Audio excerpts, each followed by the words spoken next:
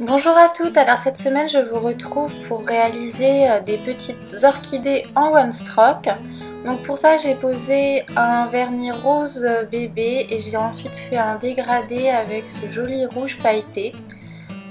Donc j'ai utilisé une mousse à maquillage, je pose la couleur de base ainsi que le rouge pour bien fondre les couleurs entre elles. Ensuite je vais venir tapoter simplement sur le bord de mon ongle.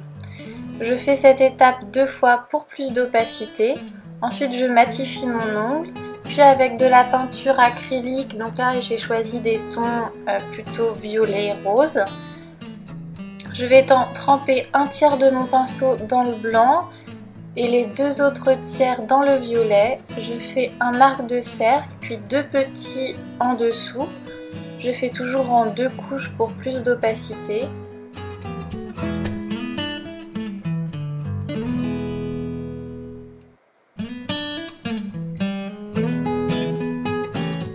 Ensuite, je prends la peinture rouge ou rose. Je prends les mêmes quantités sur mon pinceau, donc un tiers de blanc, deux tiers de rouge. Et je vais venir faire des arcs de cercle de part et d'autre de mon arc de cercle le plus grand que j'ai fait tout à l'heure. Là, j'avais un peu de mal avec la peinture, elle n'était vraiment pas assez couvrante. Donc du coup, j'ai essayé de tricher un peu en rajoutant et puis en essayant de refaire le dégradé ensuite par-dessus. Si vous avez des peintures un peu plus opaques, ça ne sera que plus facile à réaliser. Ensuite sur les autres doigts, je vais venir réaliser une petite dentelle. Donc pour ça je fais des ponts, une petite résille à l'intérieur et puis 3 gouttes à chaque intersection de pont.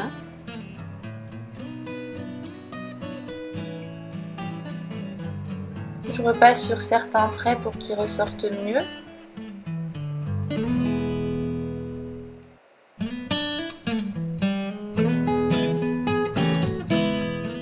Pour faire des traits fins, il faut vraiment vous diluer beaucoup votre peinture acrylique pour réussir à faire des traits fins facilement.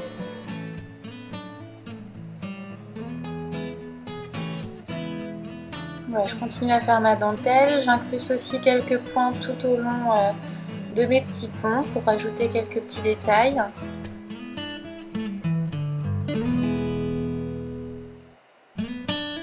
Ensuite, au cœur de mes orchidées, je vais venir ajouter un petit peu de top coat pour coller quelques paillettes. Je reste toujours dans les tons violets. Une bonne couche de top coat pour protéger votre nail art.